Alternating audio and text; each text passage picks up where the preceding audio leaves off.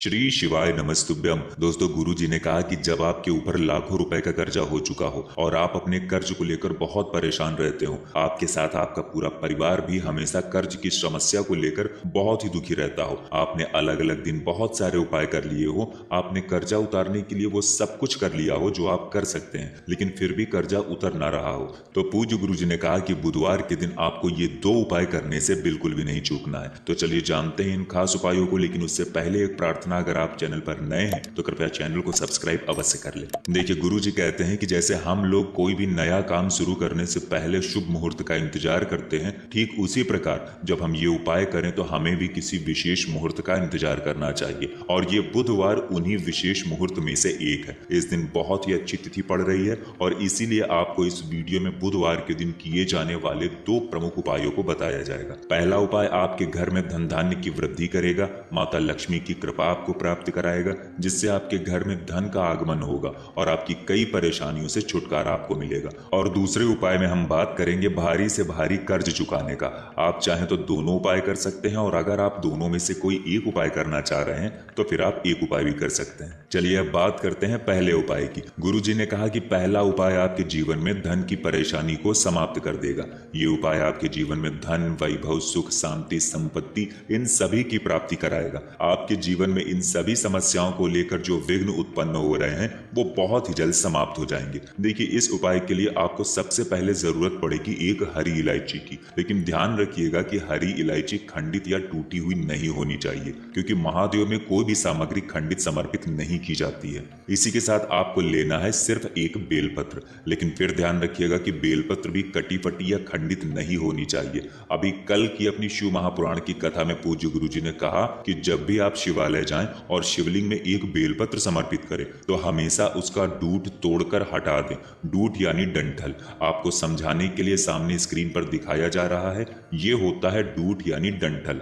तो जब भी आप शिवलिंग में एक बेलपत्र समर्पित करें तो इसे तोड़कर, इसे हटाकर तभी आप शिवलिंग में बेलपत्र समर्पित करें, क्योंकि ऐसे अगर आप समर्पित करेंगे तो वो बेलपत्र महादेव स्वीकार नहीं करते हैं। फिर अब आपको इसी के साथ लेना है एक लोटा जल। जल आप तांबे के पात्र में भी ले सकते हैं और अन्य किसी भी पात्र में ले सकते हैं। अब ये तीनों सामग्री यानी एक लोटा जल, एक इलायची और बेलपत्र लेकर आपको पहुंच जाना है शिवालय। गुरुजी कहते हैं कि ये उपाय आप सुबह से लेकर रात तक किसी भी समय कर सकते हैं। जब आपके पास टाइम हो तब आप ये उपाय कर सकते हैं। अब आप लोग शिवालय पहुंच गए। इसके बाद सबसे पहले आपको अपने एक लोटे जल से थोड़ा जल शिवलिंग में स्थित श्री गणेश जी के स्थान पर समर्पित कर देना है। अगर आप लोगों को गणेश जी के विषय में जानकारी नहीं है कि गणेश जी का स्थान कहां पर होता है, तो सामने स्क्रीन पर आपको श्री गणेश जी का स्थान दिखाने का प्रयास किया जा रहा है। इसी स्थान पर सबसे पहले आपको थोड़ा सा जल समर्पित कर देना है, और जल समर्पित करते समय लगातार श्री गणेशाय नमः का जाप करना है। फिर इसके बाद लोटे में जो जल बचा है वो पूरा का पूरा जल शिवलिंग के ऊपर समर्पित कर देना है, और साथ ही साथ शिव महापुराण के मूल मंत्र श्री शिवाय नमस्तुभ्यम का जाप करते रहना है। अब आपके पास बची एक इलायची और एक बेलपत्र। अब ये एक इलायची आपको शिवलिंग के ऊपर समर्पित कर देना है, यानी रख देना है। इसके साथ आपके जीवन में धन को लेकर जो परेशानी चल रही है, जो भी समस्या रुपए पैसों की वजह से आपके जीवन में चल रही हो, तो उस समस्या को दूर करने के लिए महादेव से प्रार्थना करनी है। महादेव से निवेदन करना है कि हे महादेव, मेरे जीवन में धन की समस्या को दूर करते हुए माता लक्ष्मी की कृपा प्राप्त करने की दया करें। फिर इसके बाद आपके पास जो एक बेलपत्र बची है वो इसी इलायची के ऊपर रखते हुए शिवलिंग के ऊपर समर्पित कर देनी है, लेकिन ध्यान रखिएगा कि बेलपत्र की चिकनी साइड वाला हिस्सा शिवलिंग में स्पर्श करना चाहिए। चिकनी साइड वाला हिस्सा शिवलिंग में स्पर्श कराते हुए इसी इलायची के ऊपर आपको ये एक बेलपत्र समर्पित कर देनी है, और रखते समय आपको अपनी वो विशेष मनोकामना महादेव से जरूर बोल देनी है। गुरुजी कहते हैं कि अगर बुधवार के दिन सुबह से लेकर रात तक किसी भी समय आप ये उपाय करते हैं तो महादेव और श्री गणेश जी की कृपा से आपके जीवन से धन की समस्या हमेशा के लिए दूर हो जाएगी। बस आपको पूरे विश्वास के साथ ये उपाय करना है। अब इसके बाद बात करते हैं गुरुजी के उस दूसरे उपाय की जो उन्होंने कर्ज की समस्या को लेकर बताया है। गुरुजी ने कहा कि ये उपाय सिर्फ कर्ज की समस्या को ही दूर नहीं करेगा,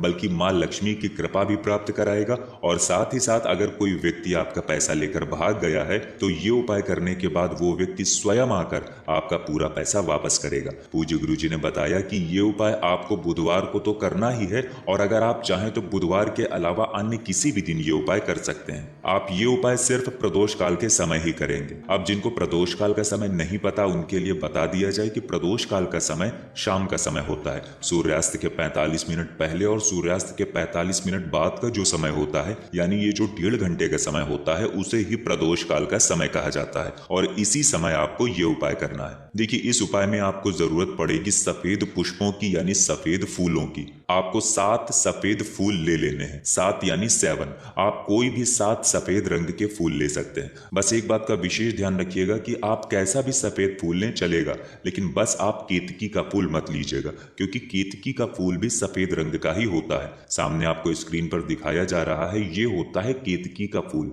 ये कुछ इस तरह का दिखता है, और ये फूल आपको भूल कर भी नहीं लेना है, क्योंकि इसी फूल को हमारे महादेव ने श्राप दिया था कि कभी भी ये फूल हमारे महादेव के ऊपर समर्पित नहीं किया जाएगा। और अगर आप ये फूल शिवलिंग में समर्पित कर देते हैं तो आपको 1000 गौ हत्या के पाप के बराबर पाप लगता है। इसलिए इसे सामने अच्छे से देख लेना है, पहचान लेना है। आप अन्य कोई भी 7 सफेद रंग के फूल ले सकते हैं। अब ये 7 सफेद रंग के फूल लेकर आपको प्रदोष काल के समय पहुंच जाना है शिवालय। शिवालय पहुंचने के बाद आपको एक एक फूल शिवलिंग के ऊपर समर्पित कर देना है, यानी रख देना है। शिवलिंग में किसी भी 7 जगह पर आपको ये 7 फूल रख देने हैं। शिवलिंग के ऊपर आप रख सकते हैं, माता पार्वती के हस्त कमल पर रख सकते हैं, या मां अशोक सुंदरी के स्थान पर रख सकते हैं, या गणेश जी के स्थान पर, या श्री कार्तिकेय जी के स्थान पर। इन सभी स्थानों पर एक एक या 2-2 फूल आप रख सकते हैं। लेकिन ये फूल आपको रखना कैसे है वो देखिए। आपको एक फूल अपने हाथ में लेना है, फिर अवधूतेश्वर महादेव का नाम लेना है और शिवलिंग में कहीं पर भी इसको रख देना है। फिर दूसरा फूल उठाना है, अवधूतेश्वर महादेव का नाम लेना है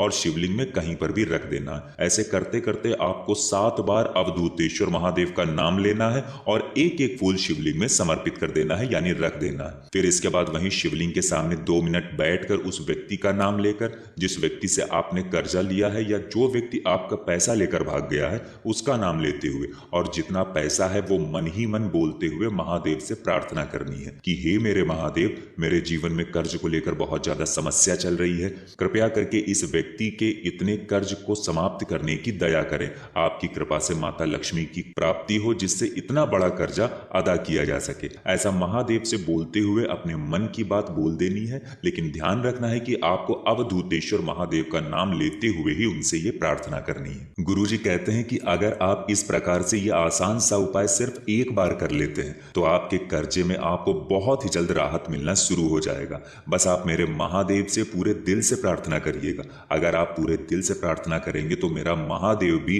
पूरे दिल से ही आपकी प्रार्थना सुनेगा। तो दोस्तों, ये थे पूज्य गुरुजी द्वारा बताए गए बुधवार के दिन किए जाने वाले 2 बहुत ही खास उपाय और कुछ महत्वपूर्ण बातें। अगर आप लोगों को जानकारी अच्छी लगी हो तो वीडियो लाइक करिएगा। मिलते हैं फिर एक नए वीडियो के साथ। श्री शिवाय नमस्तुभ्यम।